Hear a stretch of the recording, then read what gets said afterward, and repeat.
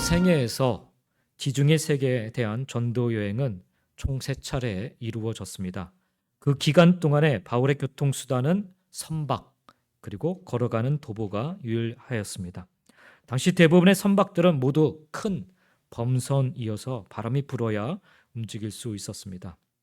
바람이 불지 않거나 반대로 이상할 정도로 바람이 많이 불게 되면 배는 정박한 항구에서 움직일 수가 없었습니다.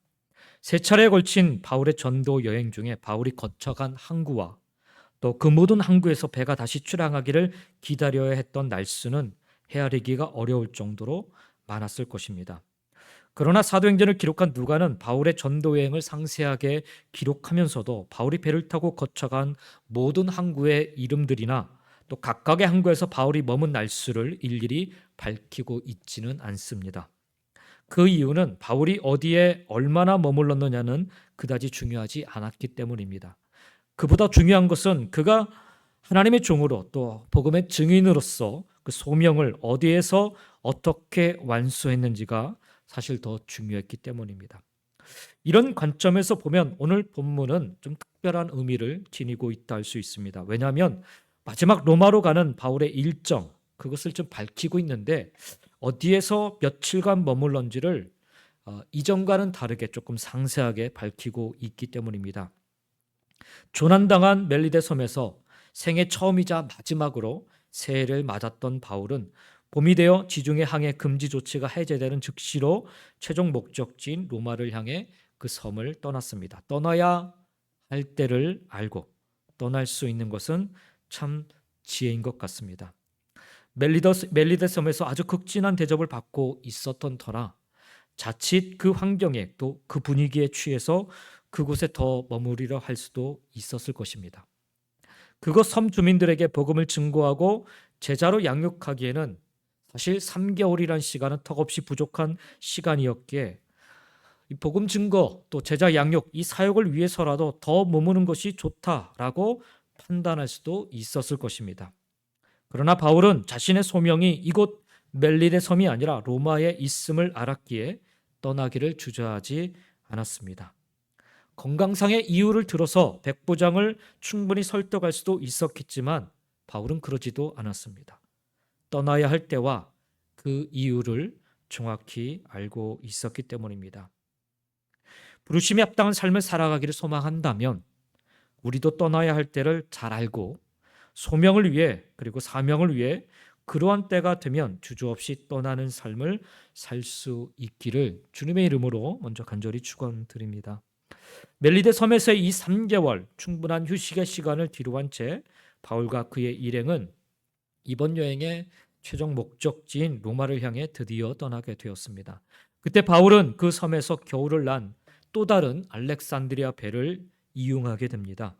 죽음의 유라굴로 광풍에 휩쓸린 바울의 발이 멜리데 섬에 닿기도 전에 하나님께서는 석 달 후에 그 섬을 떠날 바울을 위해서 미리 그 섬에 한 배를 대비시켜 주셨습니다. 이름이 똑같아요.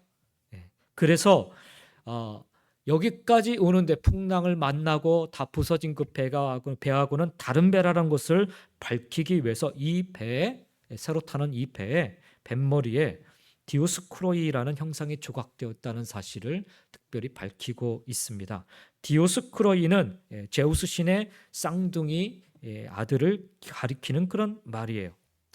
사실 이 배 앞에 그때 당시에는 이 제우스 신으로 숭배했고 또 그리고 그 신을 숭배하는 제단도 신전도 이미 로마에는 여러 곳에 있었던 상황이었습니다. 그래서 사실 우리가 생각해 보면 아니 우상단지를 섬기는 그 모양, 그 신양, 그런 형상들이 그 배 앞에 뱃머리에 그렇게 떡하니 있으니까 야 저거는 부정탄다. 우리가 복음을 전하는 자로서 정결하지 못하고 거룩하지 못하다, 부정하다 이런 생각 때문에 안 탈 수도 있었을 거예요. 그런데 바울은 그거와는 전혀 상관없이 그 배에 선뜻 올라서는 것을 보게 됩니다.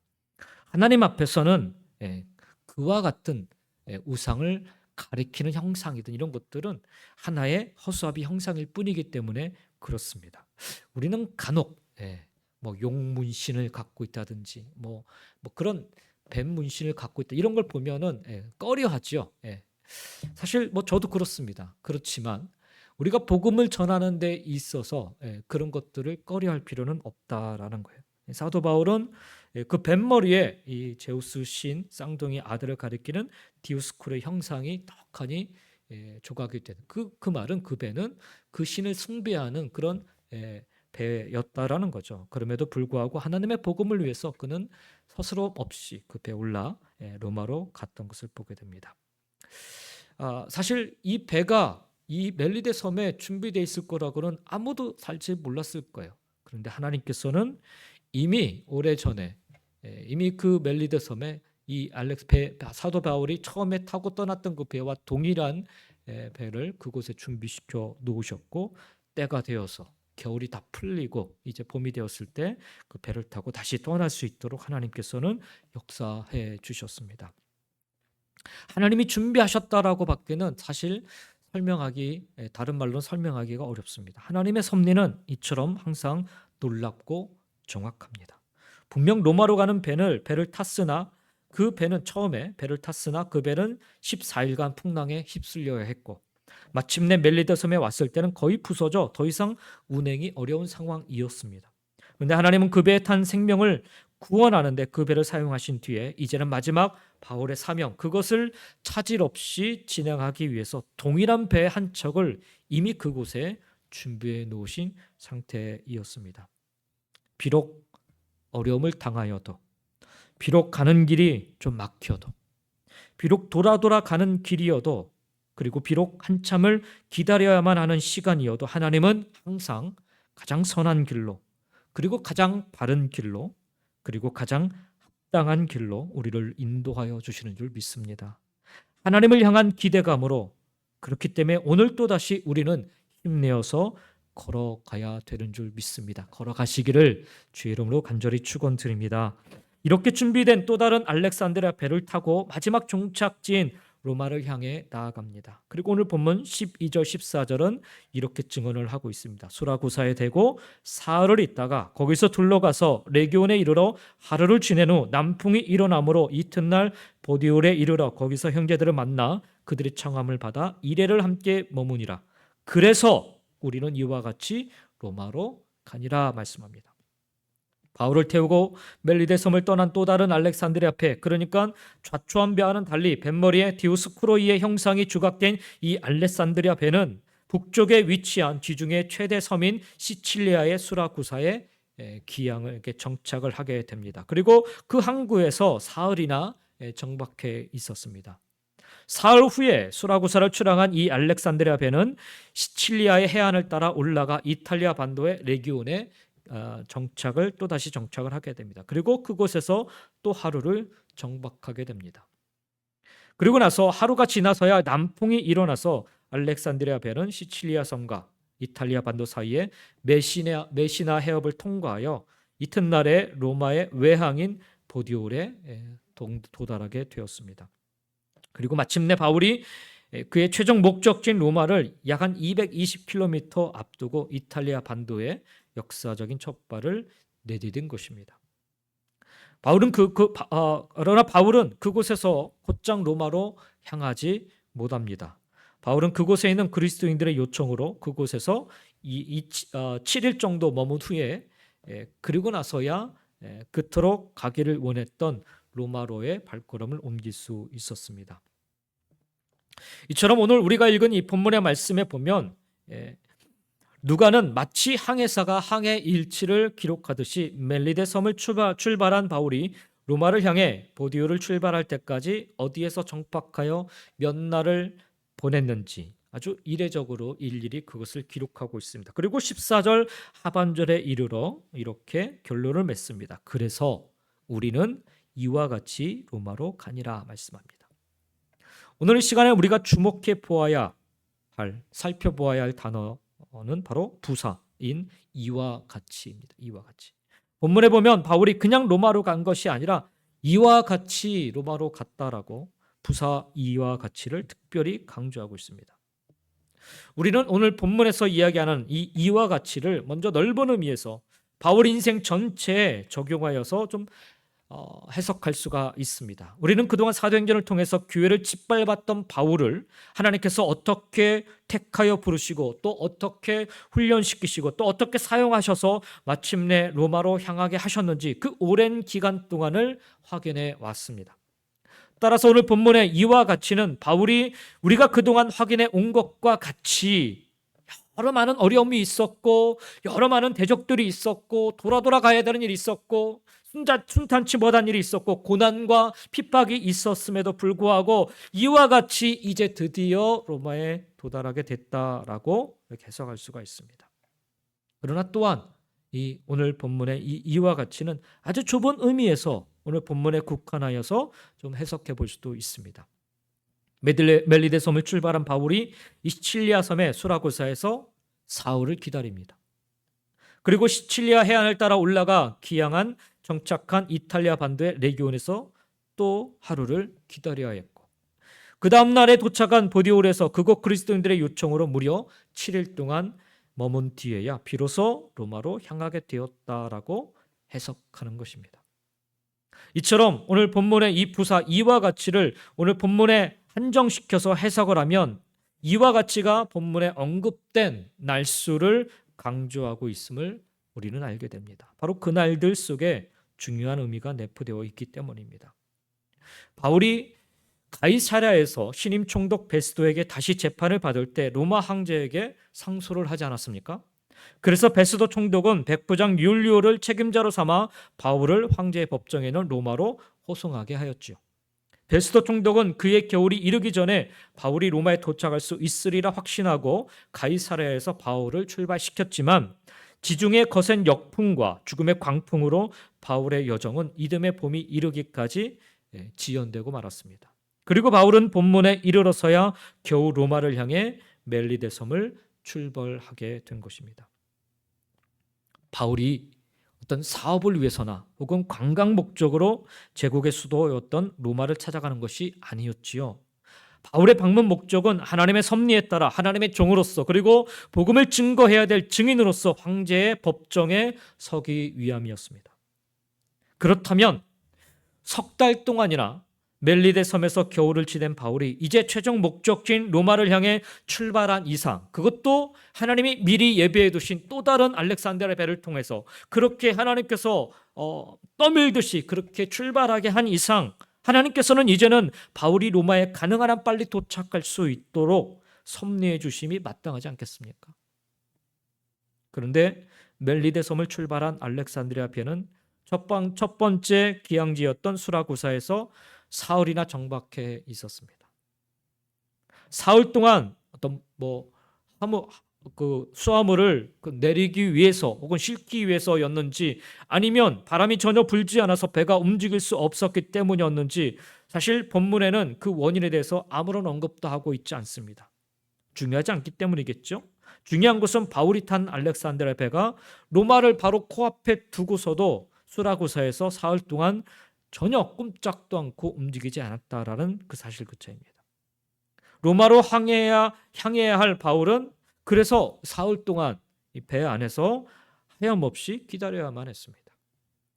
그 다음 기항지였던 정착지였던 레기온에서도 마찬가지였어요. 그곳에서 메시나 해협을 거슬러 올라가기 위해서는 반드시 남풍이 불어야 했는데 남풍이 불지 않는 거예요. 남풍은 하루가 지나서야 불게 되었습니다. 그래서 바울은 이 레기온에서도 만 하루 동안 남풍이 불기를 속수무책으로 기다려야만 했습니다. 잘 생각해 보십시오. 지금 이 출발하는 이 과정이 하나님의 도우심 속에, 하나님의 역사 속에, 하나님의 준비하심 속에 출발해 가고 있는 과정이었어요. 그런데 한 번에 쭉 가면 좋은데 쭉 가지도 못하고 계속 가다 멈추고 또 막히고 이런 일이 계속되고 있는 상황이었습니다. 알렉산드리아 배의 마지막 종착 항구였던 이 보디올, 로마로부터 가장 가까운 거리에 있는 항구였습니다. 그곳에서 로마까지 거리는 아까도 말씀드렸지만 220km, 건장한 젊은이의 걸음걸이로 약 한 6일 동안 걸어가면 갈 수 있는 길이었습니다. 평소에 바울이라면 이탈리아 반도의 이 보디올에 첫 발을 내디딘 그는 아주 지체 없이 인생 최종 목적지인 로마를 향해서 걷기 시작했을 것입니다. 그러나 바울이 보디올에 상륙하였다는 소문을 접한 그곳의 그리스도인들이 바울을 찾아옵니다. 바울은 3차 전도 여행 중에 고린도에서 특별히 로마의 그리스도인들에게 서신을 써서 보냅니다. 그게 로마서입니다. 아마도 로마 인근에 위치하였던 이 보디올의 그리스도인들 역시 그 로마서를 직접 접하지 않았을까 생각합니다. 그래서 그 로마서를 써서 보낸 사도 바울이 보디올에 상륙한다라는 소식을 접하고 그들이 감격하며 바울에게 달려온 것으로 보여지고 있습니다. 그리고 그들은 바울이 보디올에서 하룻밤이라도 묵고 가기를 요청합니다. 바울에게 묻고 싶은 것도 또 듣고 싶은 것도 많았기 때문일 거예요. 하지만 생각해보면 바울은 자신의 일정을 자기 마음대로 결정할 수 있는 그런 상황이 아니었지요. 그는 로마로 호송당하고 있는 미결수였기 때문에 그렇습니다. 그 당시 바울에 대한 모든 결정권은 호송 책임자인 백부장 율리오에게 있었습니다. 그 백부장이 바울에게 보디올의 그리스도인들을 위해서 하루 이틀도 아니고 7일 동안이나 그곳에서 머물도록 허락해 주었습니다. 아주 이례적인 일이에요.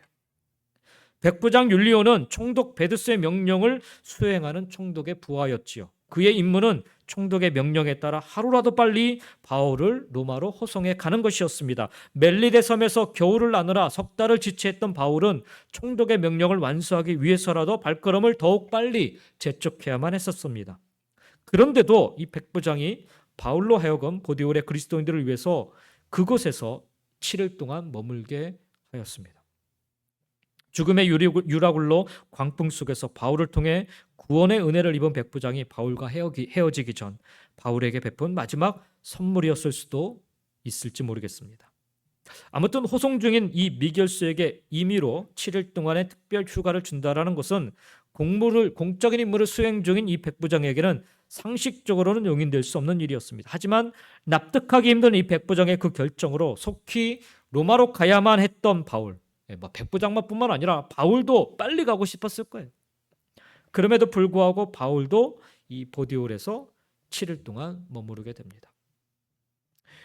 보시면요, 로마로 향하는 바울의 일정, 멜리데 섬을 출발한 뒤에도 수라구사에서 사흘, 레기온에서 하루, 보디올에서 7일, 이와 같이 총 10하루나 11일 동안이나 지체가 되었습니다. 멜리데 섬에서 석 달 동안이나 겨울을 난 바울이 로마를 향해 그 섬을 출발했는데도 불구하고 하나님께서 로마로 향하는 바울의 일정을 이와 같이 또다시 10하루나 지연되게 하신 까닭이 무엇이겠습니까? 오늘 우리는 신앙생활 하면서 우리 삶을 살아가면서 자꾸만 지연되는 이런 상황들을 우리도 종종 경험하게 돼요. 분명 우리가 하나님 믿음을 가지고서 출발했는데, 하나님의 말씀을 듣고 우리가 시작을 했는데, 하나님 말씀에 순종해서 우리가 나아가고 있는데 자꾸 브레이크가 걸리듯 멈춰서게 되고 얼마나 짜증이 납니까? 제가 우리 큰아이 작은아이 운전을 가르칠 때 조금 가다 브레이크 밟으면 콱 쓰고 얼마나 짜증이 나든지. 근데 제가 처음 운전 배울 때 저에게 운전을 가르치셨던 분도 아마 그렇게 생각했을 것 같아요. 하물며 우리가 운전을 배울 때나 운전을 가르칠 때도 그런데 우리 인생이 가다 조금 멈춰서 또 가다 멈춰서 이게 쭉 가야 되는데, 그 앞에 로마가 있는데 쭉 가야 되는데 그러지 못하고 가다 멈춰서 왜 이렇게 하나님께서는 우리의 발걸음을 멈춰서게 하시는 것일까요? 창세기에 보면 노아가 나오죠. 하나님께서는 죄에 찌든 인간들을 다 멸망시키기 위해서 홍수로 인간 세상을 심판하기로 작정을 하시죠. 하나님께서 노아에게 하나님 당신의 계획을 알려주시고 그래서 방주를 짓도록 그렇게 명하십니다. 노아만은 그의 가족과 함께 홍수의 심판 속에 남겨셔서 그로 하여금 인류의 역사를 새롭게 시작하시기 위함이셨습니다. 하나님께서 노아에게 명령하신 방주의 길이 오늘날 축구장보다 훨씬 더 길었다고 하죠. 그 거대한 방주의 건조를 위해서 하나님께서는 노아에게 그 무엇것도 제공해 주지 않았어요. 네가 알아서 다 해, 이렇게 하셨어요. 하나님의 명령에 순종한 노아는 그래서 자신의 전 재산을 다 투입하고 자신의 모든 생을 걸고 방주 하나 건조하는데 목숨을 겁니다. 예수님께서 그 당시의 상황에 대해서 이렇게 말씀하시는데, 홍수 전에 노아가 방주에 들어가던 날까지 사람들이 먹고 마시고 장가들고 시집가고 있으면서 홍수가 나서 그들을 다 멸하기까지 깨닫지 못하였으니 인자의 임함도 이와 같으니라라고 말씀하셨습니다. 노아는 홍수의 심판에 대비한 방주 짓는 일에 자신의 생을 걸었지만 세상 사람들은 노아가 방주에 들어가 홍수의 심판이 시작되는 그 순간까지 노아가 말하는 홍수의 심판을 믿지 않았습니다. 그들은 마른 하늘에서 홍수가 터질 것이라며 허구한 날 거대한 방주 짓는 일에 여념이 없는 노아를 마치 미친 사람처럼 취급하였습니다. 그러나 노아는 조금도 개의치 않고 방주를 완성하였고 하나님의 명령에 따라 가족과 함께 마침내 방주에 들어갔습니다. 그렇다면 하나님께서 그 즉시로 방주에 들어갔으니까 문 닫자마자 그 즉시로 하늘에서 홍수를 쏟아부어 이 세상을 쓸어버리심이 마땅하지 않겠습니까? 왜? 하나님이 그렇게 명령하셨고 하나님 명령에 노아가 순종해서 그 일을 했기 때문에. 근데 여러분, 노아가 방주 속에 들어갔는데도 홍수가 쏟아지지 않습니다. 이튿날에도 사흘째 되는 날에도 마른 하늘에는 피 한 방울 내릴 기미가 보이지 않았습니다. 창세기 7장 10절에 의하면 홍수는 마침내 7일이 지나서야 시작이 됩니다. 노아가 방주에 들어간 뒤에도 7일 동안이나 비가 내리지 않았다라는 말입니다. 그 7일 동안 세상 사람들은 날마다 방주 앞에서 노아를 조롱하며 소리쳤을 것입니다. 대체 홍수가 어디에서 쏟아지냐고, 이제 미친 짓 그만하고 거기에서 나오라고 아마 소리 지르지 않았을까요? 그때 그 방주 안에 들어가 있던 노아의 심정 어떠했을까? 내가 정말 미친 짓 하고 있는 것은 아닌가? 내가 헛소리를 들은 것은 아닌가? 회의와 번민에 사로잡힐 수도 있지 않았겠습니까? 노아로 하여금 그의 생을 걸고 방주를 짓게 하신 하나님께서 왜 노아를 방주로 불러 들이시고는 그 즉시 홍수가 쏟아지게 하시지 않으셨을까요? 노아로 하여금 왜 방주 속에서 7일 동안이나 마냥 기다리게 하신 이유는 무엇이었을까요? 우리는 흔히 노아와 바울을 이 세상에서의 온전한 의인으로 착각을 합니다. 그러나 그것은 사실도 또 사실일 수도 없습니다. 노아와 바울 역시 아담의 죄를 이어받은 죄성을 지닌 인간일 뿐이었습니다. 보세요. 말년에 노아는 포도주에 취하여서 벌거벗은 채로 잠이 들었다가 그 사실을 발설한 둘째 아들 함을 그냥 막 저주하지 않습니까? 이런 어처구니 없는 잘못을 저지른 사람이 노아예요. 자기 그 실수의 책임을 자기 아들에게 전가한 아버지답지 못한 행동을 보인 그런 사람이 노아였습니다. 또한 바울은 어떻습니까? 로마서 7장에 보면 여전히 자신은 하나님의 법을 쫓아 살면서도 여전히 죄의 법에 매어 헤매고 있음을 고백합니다. 그래서 그는 오호라 나는 곤고한 사람이로다. 이 사망의 몸에서, 이 죄를 자꾸만 쫓아가는 이 사망의 몸에서 누가 나를 건져내랴라고 탄식까지 하는 것을 보게 됩니다. 그렇습니다. 바울은 구원받은 그리스도인이면서도 동시에 자신이 죄성을 지닌 인간임을 결코 잊지 않고 있었습니다. 그래서 바울은 하나님 앞에서 날마다 죽겠노라, 날마다 죽었다라고 고백하고 자기의 몸을 쳐 복종하게 하였던 것입니다. 하루 한순간이라도 그렇게 하지 않으면 이내 내 안에 잠재되어 있는 이 죄성에 나도 모르게 사로잡혀서 죄의 노예로 전락해버리는 자기 자신의 그 한계를 잘 알고 있었기 때문입니다. 만약 노아가 방주에 들어가자마자 하늘이 열리고 홍수의 심판이 즉시로 시작되었다라면 어떻게 되었을까요? 노아에게 그것은 너무나도 당연한 일이기에 홍수의 심판에서 자신이 살아남은 것은 자기의 전 재산과 자기의 모든 생을 걸고 방주를 건조하였던 자기 자신의 공로가 되고 말았을 것입니다. 봐라, 니들 내 말 안 들었지? 내 말 들어야 사는 거였는데 아마 이렇게 생각하고 이야기했을 거예요. 노아 자신도 자각하지 못하는 가운데 교만에 빠지고 말았을 거라는 말입니다. 왜? 노아 역시 죄성을 지닌 인간이었기 때문입니다. 그런데 방주에 들어갔는데 비가 안 와요.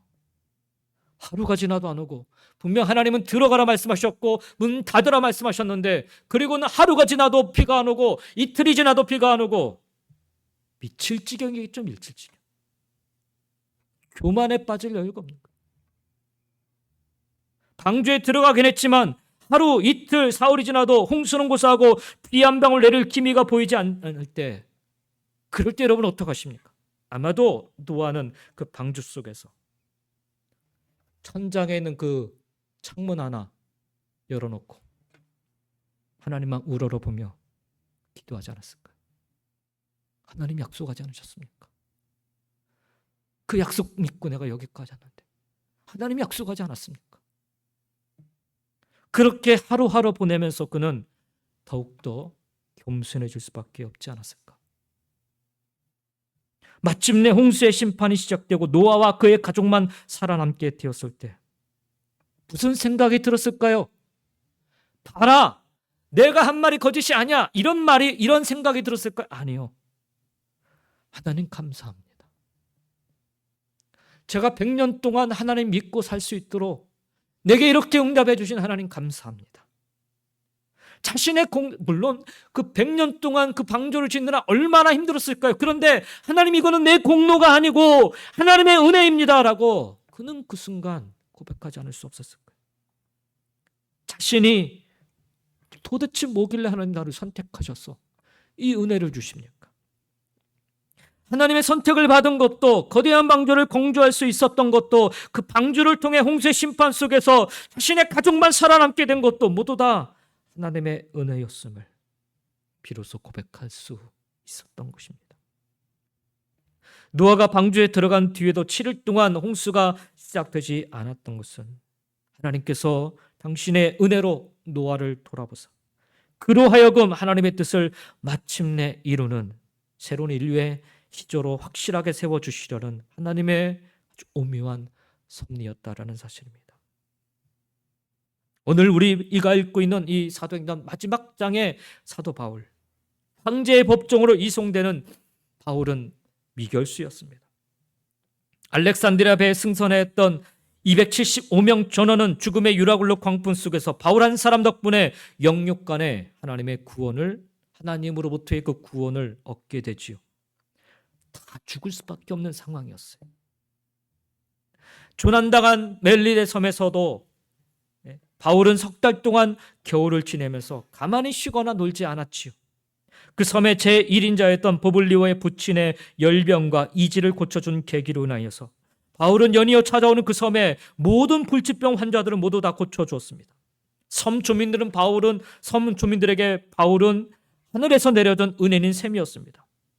그렇게 섬 주민들은 바울에게 감사를 표하기 위해 3달 동안 바울과 그의 일행의 숙식을 책임져 주었을 뿐만 아니라 섬을 떠날 때는 바울 일행이 배에서 사용할 물품을 배에다 오히려 실어주기까지 하였습니다.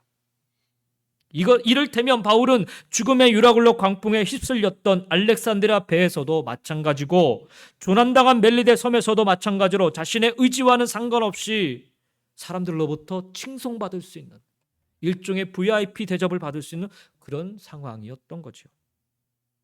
그런 바울이 멜리데 섬을 출발하여 곧장 로마로 만약에 이르게 되었다라면 좌성을 지녔던 사도 바울 역시 자기도 모르게 쉽게 자기 교만에 빠지고 말았을 것입니다. 마치 자신의 불굴의 의지와 집념으로 로마에 입성한 것처럼 말입니다. 내가 그토록 가고 싶었는데 드디어 길이 열렸구나. 드디어 내가 이 땅을 밟는구나. 야, 정말 고생했다. 정말 이제는 내가 뭔가 좀 해봐야 되겠다. 이런 마음이 먼저 들지 않았을까요?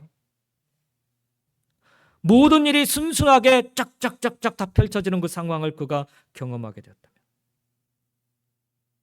근데 그런 바울이 멜리데 섬을 출발하여 곧장 로마에 이르게 되었다면 죄성을 지닌 바울 역시 자기도 모르게 이런 교만에 충분히 빠질 수 있었을 거예요. 자신의 말대로 자신이 생각한 대로 모든 일들이 이루어져 가다 보면 순간 교만에 빠져들기 쉬운 게 죄성을 가진 우리의 모습입니다. 바울도 그런 면에서 우리와 다르지 않습니다. 그러나 멜리데 섬을 출발하였던 바울의 이 로마로 가는 길은 수라구사에서 사흘, 레기온에서 하루, 보디올에서 7일, 이와 같이 총 11일 지연되었습니다.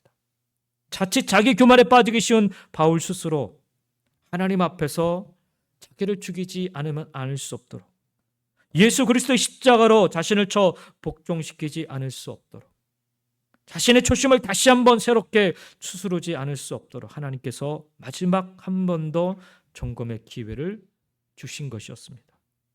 그 10하루 역시 하나님께서 당신의 은혜로 바울을 끝까지 충성되고 신실한 당신의 종과 복음의 증인으로 로마 황제와 로마 사람들 앞에 세워주시려는 하나님의 섭리였던 것입니다.